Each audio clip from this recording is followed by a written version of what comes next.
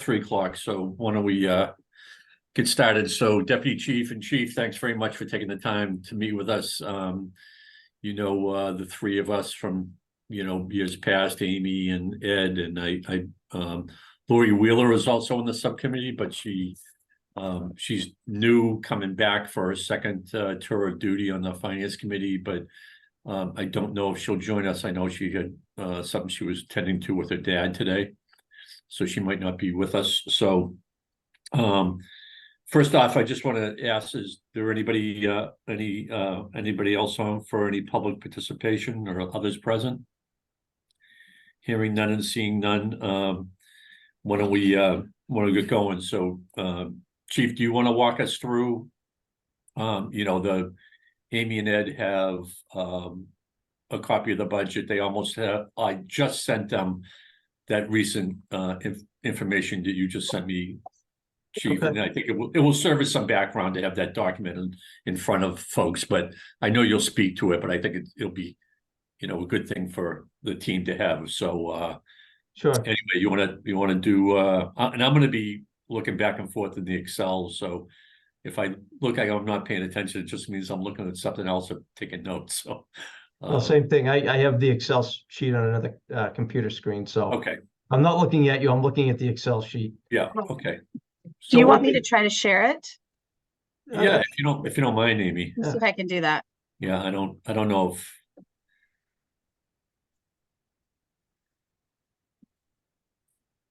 Oh, there you go. How's that? Oh, you're good. Thank you. No problem.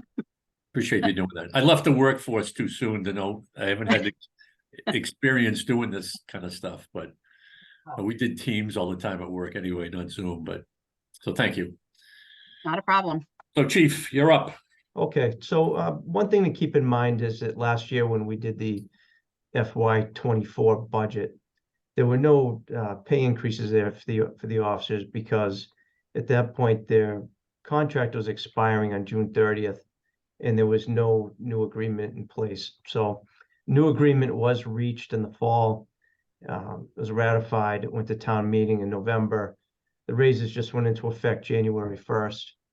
And that contract is good for 3 years. So when we look at this FY25 budget, it includes raises for FY24 and FY25 that you folks didn't see last year. So percentage increases look large compared to what you saw last year. That's why. And last year was correspondingly, one would say, low. Correct. Yeah. Correct. So when you look at this first page, when you look at the department total, you'll see that there's a 4.99% increase overall in this budget.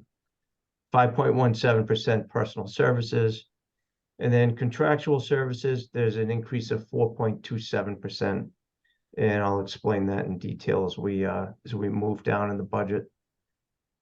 So if Amy, if we could move down to the next page. Yep. No. Right. Yep, right there. That's good. Okay. And I apologize. I have a little math off to the side. Well, that's fine. So there are some increases that we've asked for in the in overtime budgets, a couple of these line items, and they became necessary because we've been historically short in some of these areas. When you look at what we've expended through week 26 of this year so far, and when you factor in the salary increases, we had to increase some of the line items here to cover some of our increased expenses. One thing that I'm looking to do is increase the July 4th line by $1,500. Last year we ended up spending $46,000 on the 4th of July, a little more than we wanted to spend, but just worked out that way. But there's a slight increase in the pay for July 4th this year, so I think with 43.5 we can cover it. Moving down to court, you'll see there's a reduction there. It went from 87.2 down to 57.5, and the reason for that is post-COVID, we just haven't seen court activity the way we did pre-COVID. Courts are moving rather slow. Cases aren't going to trial very fast. So we've been slow the last few years. We were asked to look at what we could do to reduce maybe one or two of these line items, and that's what we were able to cut from. So in the future, if court picks back up again, we'll probably look to have to increase that line item, but I don't know when that will be. The courts are moving at a snail's pace right now. So if you look down at holiday pay sees an increase, and that is due to pay increases. We had to increase that line item. Firearms qualification, we're asking for a $5,000 increase from 55,000 to 60,000. Reason being, the new post certification standards require additional hours of firearms training now, additional hours of training in less lethal devices. So with the additional hours, I had to ask for an increase in that line item. Sub-vacation overtime is an increase there from 296.4 in 24 to 300,000, slight increase. We're already at 156 halfway through the year, so that should cover our cost for substitute vacation. Sick and injured, this really gets hit hard due to mostly FMLA. We have a young department. A lot of officers are having children now, and they're using their FMLA to stay home with the children for the first month or so. So we kind of get hit hard in this category. We've asked for an increase, and that's moved up to 82,000. And then the big jump would be emergency overtime for it's just emergency factors. That would be like any unforeseen large scale incidents. It covers when we have to do prisoner watch at the hospitals, any investigations, long-term investigations, any unforeseen overtime expenses go in this category. In the last few years, we've been way over on what we were budgeted for. So we asked for an increase, and we increased that line item to 150,000. Are there any questions on any of those? Yeah. So what qualifies as emergencies, Chief? Oh, could be anything. Could be a barricaded subject. For instance, the night before Thanksgiving, we had what we call a mental health barricade on Main Street. It started at maybe 1 in the afternoon, and this incident lasted till about 7 o'clock at night. Where a gentleman and his lady friend who were suffering from mental illness were in crisis, barricaded themselves in the home. They were destroying the house, potentially a danger to themselves. We spent almost 4 hours trying to negotiate them to open the door. Wow. Eventually, we had to call the NIMLIC SWAT team, and that incident lasted a while, and it was a carryover. So the officers that were there from the day shift had to stay till 7 o'clock at night. We still needed officers to cover calls out on the street. So when you look at an incident like that, it's upwards of $10,000-12,000 for that one incident, Sure. just overtime. Yeah. A few years ago, the big one was the rise of the Moors. Right. Oh yeah, I remember that. On overtime. So essentially, you can have 1 or 2 incidents like that and put a major dent into whatever your budget is. And you never know really what it's variable. You just don't know what it's going to be. So no, and we have a lot of detective investigations that are very involved. Requires surveillance, extra hours late into the night, and again, or even the prisoner watches at the hospital. We may have a prisoner for a weekend that requires hospitalization, and we own them. We have to be with them 24/7. So we can't take somebody off the street to sit at the hospital. Yeah. Well, I do like the way you budget here by breaking out the overtime, because lots of budgets, the overtime is just in one big pot, but that's great that you segment that out to thorough understanding of it. So the fitness incentive, that's contractual. How do you meet the fitness incentive? Get paid for that? Fitness incentive is so anybody in the departments has the opportunity to take a fitness exam every fall, and it's a $1,000 stipend if you pass. So typically there's about 30 people that take it. There's a bunch that don't. They just choose not to take advantage of that. So last year we spent 27,000, but I like to leave a little bit of a cushion in there, because you don't know if say we have somebody out on maternity leave, they come back, they want to take it later. We're not going to deny somebody the opportunity to take it if they weren't around, or if they weren't available to take it. So who administers the exam? Do you do so in-house, or do you have somebody outside do it, or does the academy do it? Or so we have a standard. It's 45% of the Cooper standard, and it's administered by members of the NEMLEC SWAT team.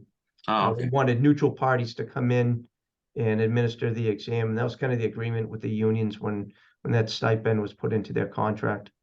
Mhm. Okay. So in terms of the contract, yes, I was looking at the salaries, so it's about an average 5% increase. I'm assuming everybody that's above 5 is going up a step somewhere, or maybe a additional quin or something. Ed, can I hold off on that? I just want to go back to, Sure. yes, I'm sorry to interrupt you, but. No, go ahead, Bill. I want to close on that emergency overtime. So I don't ever, I don't specifically recall talking about it in the way we are now, and I appreciate it, but do you have like a list of categories that define what emergency consists of? So in other words, when somebody's making out their, let's say their timesheet, it's getting coded. That's how you capture these different categories, I assume. Is that fair to assume? It's like a catch-all, Bill. So, Oh, okay. so if you're not on overtime because you're filling in for somebody on vacation, or if you're not on overtime because you're filling in for somebody who called out sick. So it's all other than the above. Right, if it's not firearms, if it's not court, if it's not vacation or sick. Not 4th of July, not town elections. Right, it's kind of like the okay. category for everything else. Do you, okay, is it, and this is, crazy, you can tell me, is it, you gave this specific example of the, the Main Street incident. Do you have within that, sort of subcategories, major subcategories, or do you categorize, it any further, I guess is the question. No, we don't break it down. Oh, because okay. And the reason being, there's so many, it could be so many different things. Like, for instance, say an officer is on patrol on his shift, his or her shift, and they take a report half an hour before the shift ends, but that report needs to be completed before they go home. Now they're here for an hour and a half beyond their scheduled shift. That hour and a half of overtime goes into that emergency, comes out of that emergency account. Okay. Or if a school resource officer gets stuck at the school for an hour after their shift, that gets charged to that emergency overtime account. Okay. All right.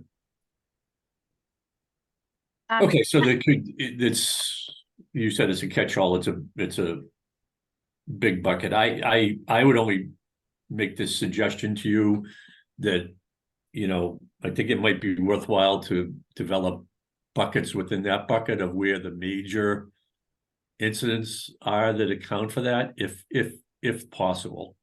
So in other words, if you said 75% of that emergency is because this kind of category, or 50% and 30% is this, and it kind of covers it off. I think that would be helpful if that's possible. And we can not for this budget, but next year maybe. Okay. If you could keep that in mind. Amy, do you have a question? Well, we can finish this. I was going to ask about a different category, so I can wait till we're done talking about overtime. That's all I had. Thank you. Okay. I was just going to ask about the increase in education incentive. Is that tied to the It is. So to really, the union contract? We talked to myself and the deputy talked to Kevin Gill about this. The education incentive and salary line items should be lumped together, because it's all tied together. So your education incentive is lumped into your base pay. So when it shows regular salaries, that education incentive should be included in the same line item.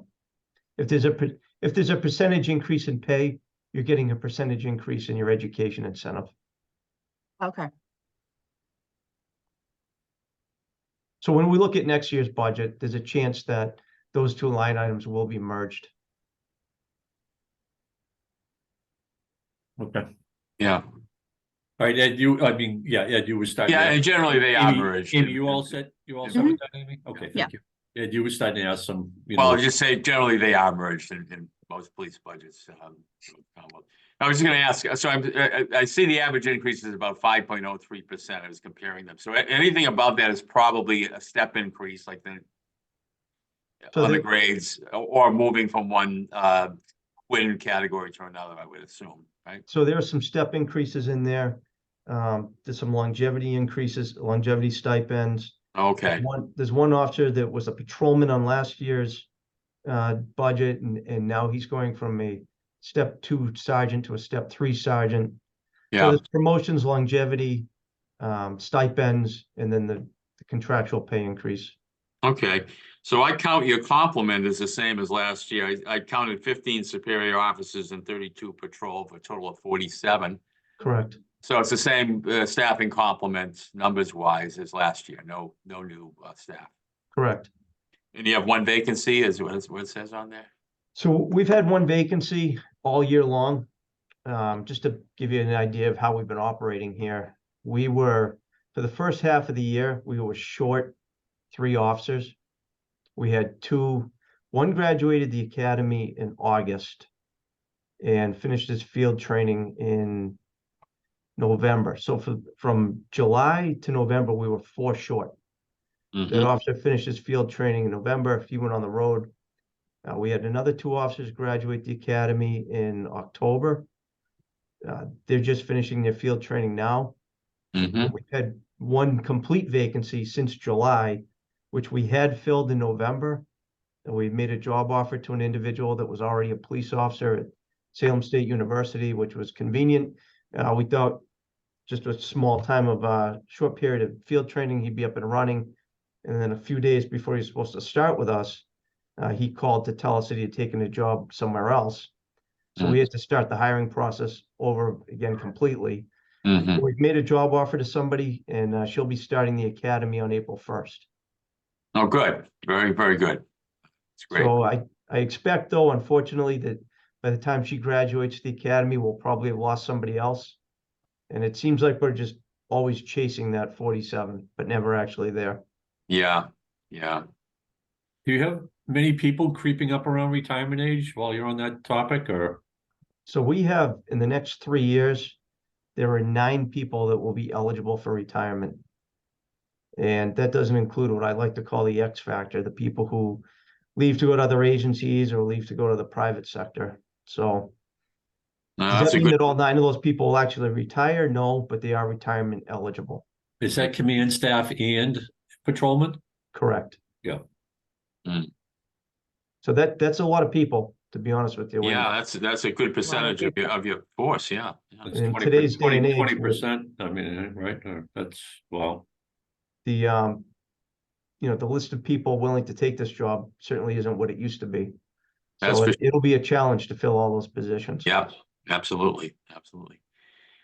I did want to ask some questions about the contract, but the non-monetary, so maybe I could wait till later in the meeting to do that, but yeah. So Chief, could you just speak to, the monetary breakdowns, which you did send to me and I have provided so that Amy and Ed have that in front of them, but I think it, be best for us to talk through it, please. Okay.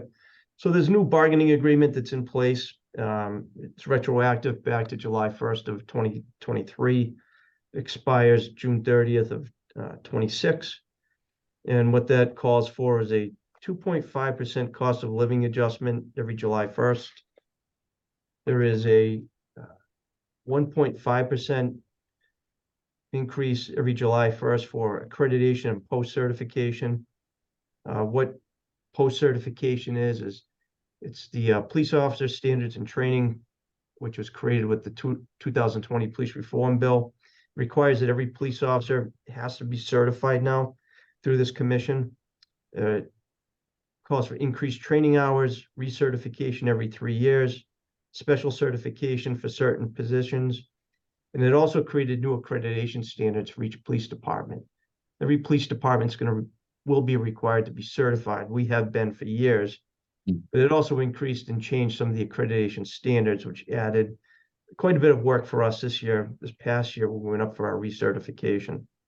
So that's what that category entails. Then there is every July 1st, there's a 0.5% increase for specialized training compensation, and then another 0.5% increase every January 1st for the same thing. yeah, so Steve Mayo talked about a sort of a mental health component to the contract. Correct. I was really intrigued by that. It seemed very progressive. I don't know if you talked a little bit about that with the. Yeah, so there's been a big movement in law enforcement to make sure that the mental health of our officers is taken care of. I mean, our people are our biggest investment, so they deal with a lot of mental health issues in their daily activities. We have a lot of mental health calls here in Wakefield, and we have a lot of group homes. That's a fact. We have some respite homes here. And so we deal with a lot of it. And on the flip side, we have to worry about our own people. Are they okay? You know, they deal with Yeah. these mental health issues all the time. How are they doing? And not Yeah. just the mental health calls, but they deal with, they go to some pretty nasty scenes, whether it be car accidents, SIDS deaths, suicides. And every once in a while, you have to check in with them and make sure that they're doing okay. Some of these officers we have are young kids, haven't really seen a lot in their lives, and all of a sudden you send them to a call where they see somebody who's taken their own life, and you really know how it affects them. So you have to check in with them and make sure they're okay. So Mhm. during contract negotiations, Steve and I spent a lot of time talking about what can we do to make sure that the officers are okay, and check in on them, and make sure that we keep that investment going. So Yeah. No, I think that's a very, very good investment to make. And I haven't seen that in too many places, but that's very progressive, I think. thanks. Yeah. So Chief, given that, if everything was just, if everything stayed the same, then your increase next year would be 4.75%, right? It would be the 4.5 plus the half. So yeah, about 4.75, right around there. Oh, okay. What's the schedule? Is it a 4-2 schedule for the police department? It's a 4 and 2, so it depends on, so what shift you work depends on your seniority. Junior Yeah. officers, when they come on the department, work nights, and what that means is that they don't work straight shifts, they work splits. And it starts out with 2 midnight shifts, followed by 2 evening shifts. And in the middle, they'll come into work midnight, and then when they go home in the morning on that second midnight, they're back at 3:30 in the afternoon. Mm-hmm. Then once a position opens up on days, the senior night person will go to days, and then they work a 4 and 2 day schedule. Their schedule remains the same. So with the night shift, there's no straight shifts. There's not straight midnights. There's not straight evenings. The only officer that we have assigned to straight evenings right now is a K-9 officer. He's the only one. Okay. Now, the reason I ask is I was talking to the union president in Revere at a meeting the other night, and I guess they're bargaining for a 4-4 shift. I've never heard of that, but I guess That's a lot of departments are doing that. It's 4 on, 4 off. You work a 10-hour shift. There's overlapping shifts, which apparently it saves them money on overtime because of that 2-hour overlap. And then each officer owes the department back 125 hours per year. So rather than getting paid overtime to go to annual in-service training, they volunteer that time back, and that's how they make it back up to the department. I've actually done the math on it, and for us to do it, we'd have to make 3 more promotions because we wouldn't have enough sergeants to cover the shifts. right. So it really wouldn't work for us, but with the department, Everett does it. They're a big department. It would work for Revere because they have the numbers to do it. I just don't see where it would work for us. Sure.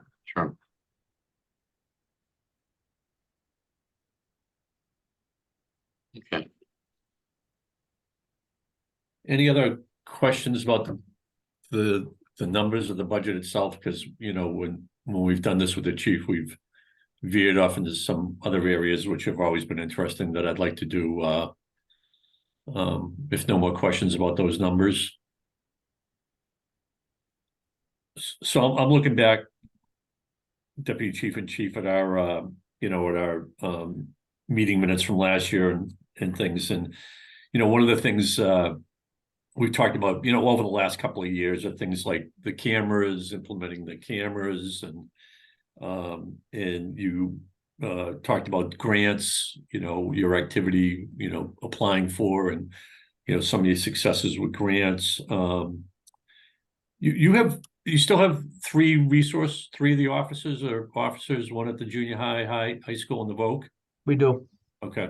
All right. So that's 3 people out of the 47 that are, Right. And the Dedicated. one of the officer at the vocational school, his salary is compensated for by the school. They offset that for In a us. meeting, yeah, okay. All right. So, can you talk a little bit about grants? What's going on with grants over the past year since, we last Sure. had this discussion? So we have our typical grants. We get a grant from the 911 Commission, which covers the mandated 911 training for each officer. Each officer is required to pass to attend 16 hours of training each year to work dispatch. So the grant covers that. We have a mental health grant, which helps offset a little bit of the cost of the mental health clinician and the recovery coach. We have grants that we typically get, like the child safety seat grant. We got a grant this year. It's called the Edward J. Byrne Grant. That Mhm. afforded us the ability to buy what's called flock cameras. They're cameras that detectives use for investigations. We're buying a new, they call it a covert camera. It's a rather expensive camera. It's upwards of $17,000. That's covered by the grant. We bought some replacement tactical vests for the cruisers through this grant. So I think we got $37,000 total with that grant. We applied for 50,000, but we ended up with 37. We have our typical traffic safety grants, which cover enforcement for seatbelt violations, cell phone use. That's all covered through the Traffic and Highway Safety Commission. Cal, help me out. What am I forgetting? I'm running this off the top of my head. I'm looking at, last year, I had continued to pursue grants received for speed signs, bike rodeo, child safety seats, emergency medical dispatch, tasers, etc. Those are some of the things. Also, was the funding for drone training? Did you? So there was no grant funding for drone training. Okay. We do have 3 certified drone operators. And we did buy 2 drones last year, which were pretty helpful during the 4th of July. We had both drones up and flying the entire parade route, and we were able to watch the crowds from the roof, able to make sure there's nobody on rooftops. You're able to watch the crowds, and we did the same for the fireworks because the drones actually have infrared, so it came in helpful. Okay. How are the I did- cameras? Oh, I'm sorry. I was gonna ask you, how are the cameras doing? How is that? The body cams, Yeah, the body cams. How is, this is the way I sum it up for people. If a picture is worth 1,000 words and a video is worth 1,000,000. The videos are, in my opinion, they're fantastic. I call it the replay booth. There's an issue, you go back, you look at the replay booth, and it's right there, and the video tells the truth. That's the fact. Video tells the truth. So I think they're a great tool. We send them all to the DA's office for cases. A lot of cases getting pled out because we have body cams. So I think they're a great tool. They're a great training tool. Each officer is encouraged to go watch their own videos, see what they did wrong or what they think they could do better next time. And I look back and I wish I had one when I was a younger officer because I could have learned a lot quicker. I just think anybody not wearing them nowadays they're gambling. Everybody should be wearing one. Yeah, it's protection for the officer, Absolutely.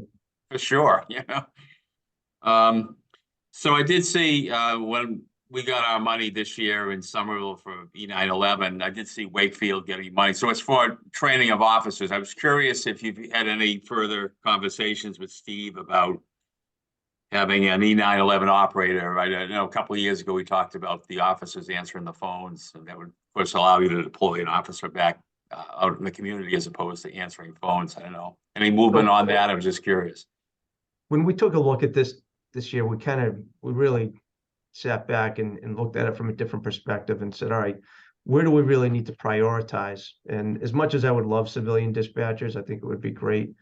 What I went in asking for was a 48th officer and a part-time civilian to help with records. Our records department's getting hammered with FOIA requests, firearms licensing, solicitor licensing, fingerprinting for alcohol licenses. They really have a lot of work on their plate. Yeah. And Steve was very receptive to the conversation, except then the state turned around and said, hey, we have a $375 million deficit, and he's worried about cuts to local aid. So Yeah, said, you know what, let's put that on the back burner till next year. We'll revisit it. But that's where my priorities would lie now. Sure. yeah, Get somebody in the records department. And if I could get the 48th officer, it does a couple of things. Number one, if we could ever truly be fully staffed, it would really put a dent into the overtime expenses. yeah, And the other part of that is having that extra body. I call it the on-deck circle. You're going to have another body in the on-deck circle for when there's a retirement. So when you're trying to fill a hole and you have open shifts, it really doesn't hit you that hard with the over. 10 minutes. You know, we're hiring a full-time civilian for our records department in Somerville because for all of the reasons you said. I mean, the demands have just been incredible. It's mostly Especially with requests. FOI requests as well, you know. Yeah, and they're not easy ones. That some of them are just they take 3 or 4 days to complete. They're Right. asking for an incredible amount of information. Yeah, yeah. And you're doing all of this in-house with this grant writing because Wakefield doesn't have a full-time grant writer, so it's. We do all our own grants. The deputy chief does some of them. I do some. We have a sergeant that writes some. We have another lieutenant that writes some grants. We do all our own grant writing. Okay. And the last thing I want to ask you about, we typically talk about what is capital looking like for you coming up in the next year or so? Do you have? So this year, we're pretty good. You know, we got the new building last year. That's nice. We don't need anything for the building. I always ask for 3 cruisers because if we can get the 3 cruisers, it keeps the fleet healthy, keeps the old cars from just becoming fixtures in the garage and unusable. You know, you have to have a safe car. It's a patrol officer's office. It's their roving office. So we have to keep the fleet in good condition. Capital's been very gracious to grant us the 3 cars every year. So that is my request this year. Next year, I'll probably be going in asking for the 3 cars, and our handguns will be at the end of their life expectancy. You're typically supposed to replace those every 10 years. So next year will be 10 years, and I'll be looking for money to replace handguns. Those kind of things have grant possibilities, chief, or is that Not for just firearms, no. operating or capital? Yeah. And that's considered capital, not operating, huh? Guns? Correct. If I had to replace a single firearm due to a breakdown, I could take that out of the operating budget. But Yeah. when you're looking at new firearms, especially with technology now, we'll probably be moving to a different type of weapon, something that has either red dot sights, a laser sight, which will also require new holsters. So it's not just the cost of the handgun itself, it's the technology and the equipment that comes with the handgun. So when you look at the overall cost, it's probably upwards of the $2,000 range per gun, and you're talking 50 guns. Would that already also require additional training, more training, different training? No more training. We'd still do the same amount of training. We go to the range out of Fort Devens twice a year. We shoot there twice. We have the Sheriff's Department portable trailer come here once a year, which you can fire live rounds in. So we fire live rounds 3 times per year, qualify twice per year. There would be some education. If we go to a different type of weapon, we use a Glock right now. We're thinking about going to a Sig Sauer. There would be an education component to how do you break the gun down? How do you clean it? It would be a little bit different. So that would, that's something we can do at the range. Okay. Anything else capital you see coming down the That I pipe? see in the future. I mean, the building, getting the building squared away was just big. That was a major accomplishment that really kept a lot off the capital table. Okay. And I think the first year that, you know, I was engaged with you, and I think Ed and Amy, we were all together, you were talking about, you know, all the build out in town, all the, you know, all the new development, the new apartments, like, you know, it always sticks in my mind how you say, you know, we don't get calls to homes, we're getting calls to apartments. I know that's a sort of a generalization. Maybe I'm not quoting you directly, but that was sort of, I think, the theme. I would say more calls. The buildings that have apartments over condos tend to generate more calls for service. Yeah. So where do you see that going? I mean, I remember, I don't think it was last year, the year before, you just rattle off. I could do it now. We have Okay. Broadway, Foundry Street, Nahant Street, Tarrant Lane, Salem Street, North Ave. I mean, I just saw that they cleared the spot North Ave for the next building. So Yeah. we got Quantapowhat Parkway, 435 units there. The 173 on Tarrant Lane will open soon. Mike's Gym's coming down for 130 something, I think. I know that there's a developer pushing for that 40B on Nahant Street. Yeah. There's another 40B that's to be built on Crescent Street. Another building going up on Foundry. There's two slated for Salem Street. The third one's almost done on Salem Street. These are all going to generate calls for service, and the guys and girls do the best they can.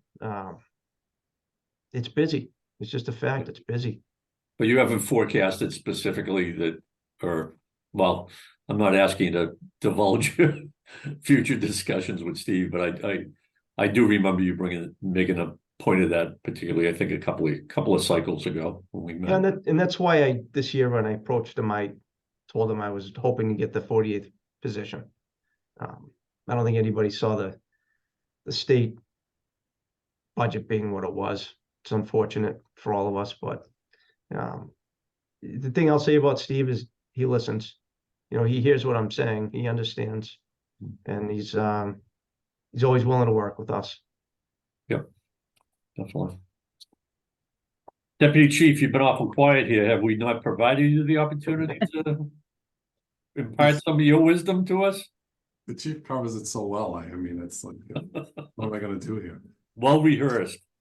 No, I was just going to go, Amy. I know Amy had asked a question about the education line item there, and it looked like a big increase. I think what happened there, if I'm looking at that line, is that it looked like 11%, but I think that's from last year not having the increase plus this year. So if you look at it, the education didn't really go up. We had one officer go up like 5% for he went from 1 degree to another. But if you look at that line item, I think last year would have been say a 5%, and this year would have been a 5%. So our education pretty much stayed constant. It just looks higher because I think that line over to the right, it looked like an 11%. And I think that's what jumped out at you, Amy. I think it's just because last year, last year that raise, like the chief said at the beginning, some line items, the raise for last year wasn't in there. So it would have gone up, the education would have gone 5 last year, 5 this year. So we really didn't have a big increase in our education overall. It was just one officer that went up 5. So if that maybe helps to clarify that a little bit. And then the chief covered most of the grant things that you asked about. I would just a couple others I thought of. We do a good job with our sex offender registry. We have 2 sergeants that really do a great job of that, maintaining that. And one of the things is you're supposed to go out and check on these people and make sure they're actually at the addresses they're supposed to be, and that they're, being honest with their registrations. So they have to go out and do that on overtime. We've been fortunate to get grant money the last probably 5 years at least to help offset a lot of that. We were actually one of like 10 departments in the state that were getting that funding. Unfortunately, this year, the state police jumped in and took a huge chunk of the state's money for that. So we got a 75% hit on what we were receiving to help offset those costs. And unfortunately, we still have to go out and do the work. We do it better, like we're very consistent with it. Some departments, I think, do it better than others. There's no like mandate that you have to do this amount of hours every month or everything, but I think it shows that we're keeping track of these people like we're supposed to. So, but we do have a small amount of grant money that offsets that. And then Ed, and you had mentioned in chief, like the 911 grant, we get some of that money. A good chunk of it offsets the training. Then we also have another portion that helps offset overtime costs for dispatchers. So some of that, like some of the money from the overtime vacation and overtime sick, we're able to offset some of that with overtime grant money from the 911 grant. And We do that all the time in Somerville. It's a great. Yeah, the yeah, so state's like been- those- State's been very good on the E911 money. yeah, they do give out a pretty good amount of money. And the thing is too, it hasn't been cut like some of the, you know, like I said, the sex offender one that got cut so much. They've been pretty steady through the years in terms of their funding. So that helps. So our, you know, our overtime numbers, like I said, for sick and vacation, they'd actually be a little higher if it wasn't for that 911. And then we also get 18,000 that goes to Cataldo. You have to have a higher level emergency medical dispatch now. You either have to run it through your department or you have to have a third party handle it. So if someone like, you know, Bill, you call 911, there's, you know, you have a family member that's got a medical issue going on. Someone's supposed to kind of walk you through some of the steps about how you can, you know, kind of maybe do a few things while the ambulance is en route. We basically, we transfer that call to Cataldo ambulance. So that saves a lot of cost. We just pay 18,000 to Cataldo, which we get reimbursed for through the state. So it's basically a no cost to us. And you have to do 40 hours of training for everybody for that. So we don't have to manage that cost because it's handled by Cataldo. So those were the only two grant items that I thought about. And then also that line item that Amy had mentioned. I don't know if that clarifies that a little bit. Other than that, I think everything else was covered. Thanks. Yeah. Okay, thank you. Anything else, anybody? Bill, I just wanted to point out three other areas that have small increases, just in case anybody had a question. On page 3. On page 3, there's a line item called maintenance auto. And I asked for an increase of $2,000 in that line item. The maintenance of automobiles has gone up, so that slight increase should help cover what we need.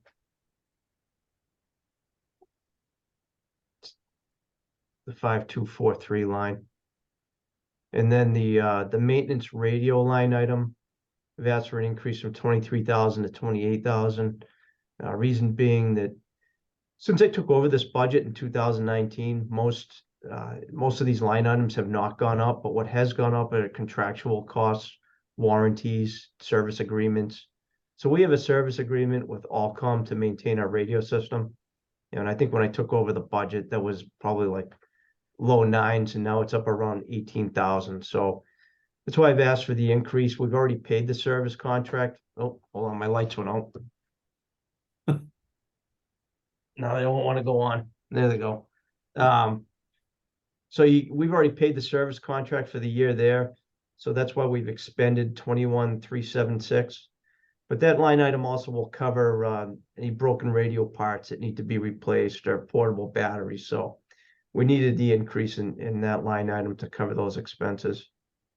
And then the next increase would be for the computer maintenance equipment, increase from 25,000 to 31,500. And again, it's a service contract. So for our computer-aided dispatch system, we use a company called TriTech. And in 2019, I think the service contract for them was around 18,000, and now it's up around 26,000 per year. So we've been paying that amount, the increases, the incremental increases each year out of the same amount of money. But now we're at the point where we just needed to ask for the increase. So that's how we came to 31,500 there. So you'll see we've only expended 3,576 so far, but that's because that contract service agreement doesn't get billed out until May. So we have to kind of keep that light until the end of the year. Yeah. Okay. All right, thank you. So anywhere where you see we haven't really expended a lot of money, it's typically because the big bills come in towards the end of the fiscal year. They'll come in towards the end of April, throughout May, and then right up until the end of June. Okay. All right, thanks. Anything else? What do you do with the advertising budget? What does that cover? Advertising is if we have to print anything. So sometimes we'll print up flyers for certain events, or we like to print, we like to have some things made as giveaways for kids at special events. Maybe we get some fingerprint kits to use it. We used to do it at the Italian festival and holiday stroll and give away fingerprint kits for kids. We'll have coloring books made up, pens, keychains, anything to just promote the department.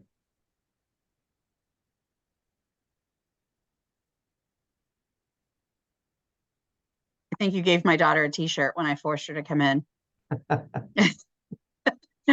Hopefully we won a fan. Marginally. She left better than she came. That's good. Chalk that up as a victory. Okay, anything else? Amy, Ed? Deputy Chief? So Amy, I appreciate you taking these little notes, which I know you're gonna send over to me to help me do I my am. minutes. Thank you. Really, what I should have mentioned when I was talking about grants, and I mentioned that checking on the sex offenders.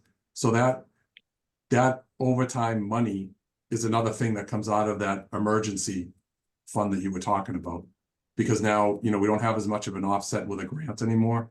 So probably spending 10,000 a year out of that emergency overtime account just for going out and checking on that, where a lot of that was, we had more offset before with the grant. So I should have added that in. That's all. All right, if nothing else, I'll entertain a motion to adjourn. Second, Amy first, and Amy. So moved.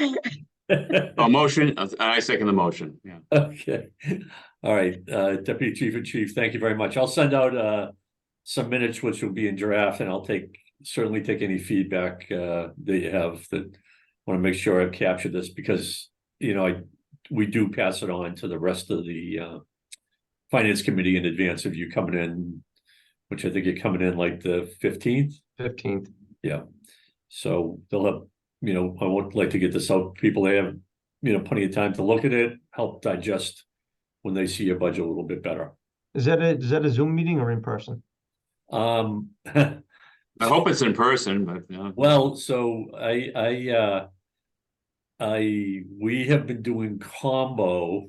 I think you asked Steve about that, because I thought, I think, I don't know, Amy, or if you heard me, I thought the last meeting we were asked to be all Zoom, and then lo and behold, I had showed up at the previous meeting in person, and then some people showed up. I misunderstood, because I would have gone, but right now the board has been meeting, it's optional for us whether it's in person or Zoom. I don't, so I don't know what Steve would because we haven't had any department heads in. None of them have been in person, but I mean, we haven't had any major departments like you present either, but so ask Steve, Chief. Okay. Yeah, just curious. I know that the like the town council is optional. I didn't. Well, yeah, and I think I don't know, Ed or maybe you take us on this. I think if the entire Finance Committee showed up in that conference room, frankly, it's not big like the downstairs room. If we all showed up, and then if presenters like yourself showed up and everything, I think it would be, could be pretty uncomfortable, frankly. it's likely to be hybrid, one way or another. Yeah. Yeah, Well, I think there has to be a Zoom option for the public participation. Right. Yeah, and I think a lot of people have just become comfortable with Zoom. So anyway, so yeah, let Steve can tell you how we'd like you to proceed, obviously. Okay. All right, thank you, everybody. Appreciate it. Thank you, Chief. Good to Okay. see you. Thank you. Take care. Bye-bye. Bye-bye. Have a good night. Yep.